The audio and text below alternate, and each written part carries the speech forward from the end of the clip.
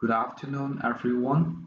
I'm Gongchen from PSI, and today I'm going to talk about the investigations of the spatial and temporal variations in organic aerosol sources within Europe using 24 long-term SSM datasets.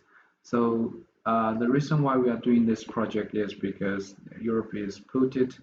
In 2016, there are 5% of the European air quality monitoring station were over the EU legislation limit, and 68% of them were over the WHO air quality guidelines for the PM 2.5 concentration.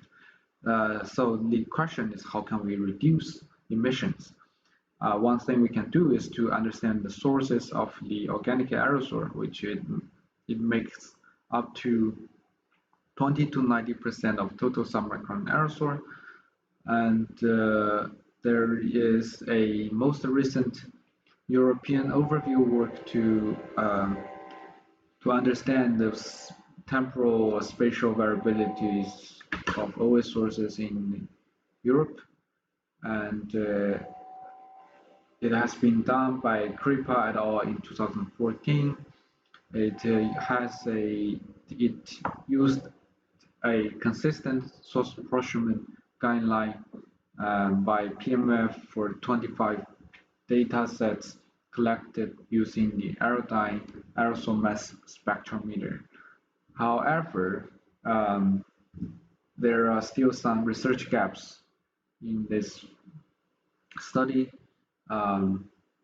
First of all, the positive matrix factorization still suffers from the rotational ambiguity and requires a lot of subjective judgments. And also, the conventional PMF does not consider the evolutions of OA source profiles. And also, in this study, AMS is a labor-intense and expensive instrument. Is not desirable for long-term monitoring. Therefore, in this study, those data are mainly for a few months, and even some of them only had a few weeks. So their seasonal variation of OA sources are still poorly understood without long-term data sets. Therefore, we have proposed a new study using this simpler version of the AMS, which is Aerosol Chemical Speciation Monitor (SSM), and it is cheaper, more robust, and easier to maintain. So it is more suitable for long-term monitoring purpose. So in Europe, we have 24 long-term data sets, and it covers a different type of the stations, and also as you can see we have a lot of data coverage. It has a lot of overlap since 2016 to the beginning of 2018, and we want to do the rolling PMF for all the data sets because it could overcome one of the challenges we have mentioned above, so I will introduce what is the rolling PMF first.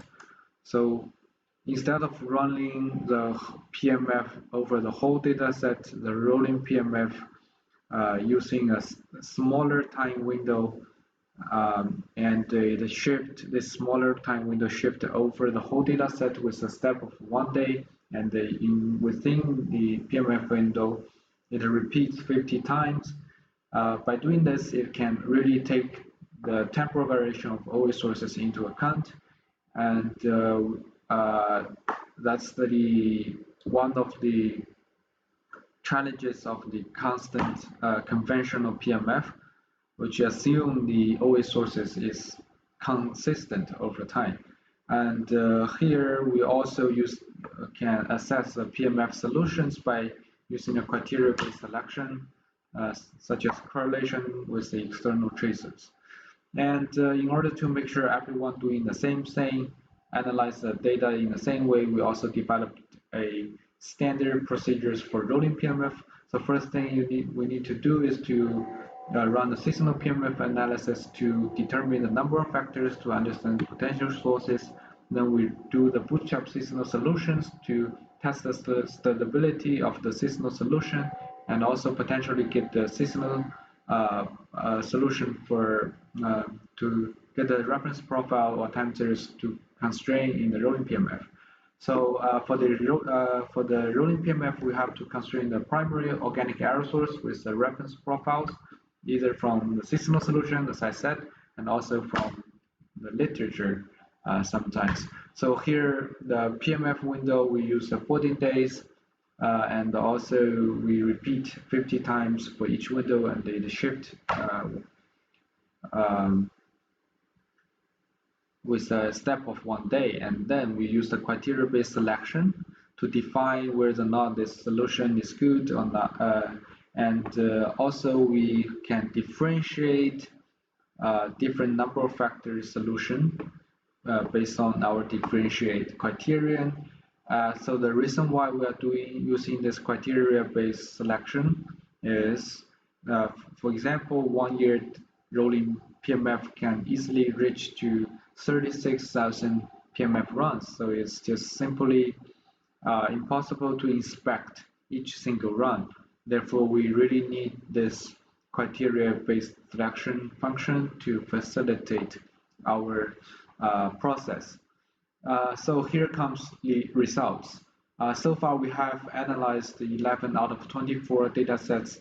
As you can see here, 11 pie charts shows different the relative contributions of each source in each station, and you can see visually the green parts make up the most of the pie, and therefore they are the oxygenated organic aerosol sources, and you can see they are all dominant in all the stations, and also the biomass burning, which is brown color, is a considerable source in most of data set except Hutiala and Helsinki, and also HOA contributes are rather consistent over all the data set except Hutiala, which is in the forest, and Costis, it might be HOA might be mixed with the coal combustion.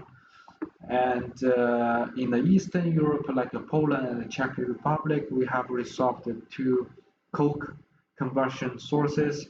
And also in the Southern European cities like Athens, Marseille, and Barcelona, we have resolved cooking-related organic aerosols.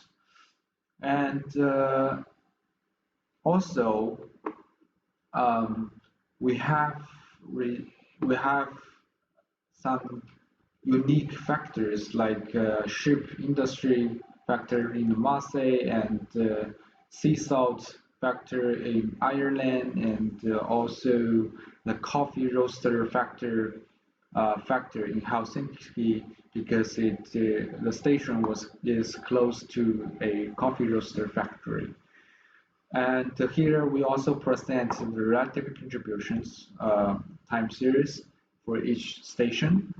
And as you can see, the OA dominant the contribution, and the BBOA shows a strong temporal variation in the winter. It increased a lot in the winter time, but decreased to very small in the summertime. And also the HOA shows a rather consistent over the whole time. And here we show the yearly average diagonals for uh, HOA, BBOA, and the two OAs. So HOA and the BBOA show a very distinct diagonals. HOA has the morning, afternoon rush hours. BBOA increase in the evening, which are all make sense, and the LV and SV are rather constant during the day, but SV shows a bit larger variabilities than the LVOA. And also for the yearly average weekly cycles, we have seeing like HOA decrease a bit over the weekends, and but BBOA are opposite. And the LV and SV shows rather consistent during the during the weekly cycle. So in summary, we have analyzed 11 out of 24 datasets, and the OA is still the largest contributor over the Europe, and the biomass burning is a considerable source in most of the stations, especially during the cold period. This study provides a standardized protocol to analyze long-term SSM data using SOBI-Pro. It will also provide a comprehensive overview of the temporal spatial variabilities of the OA sources in Europe once it's finished. With the overlap from 2016 to 17, the origin of long-range transport aerosol could be determined in the future, and also with this highly time-resolved OA sources, it could provide additional constraints for air quality model.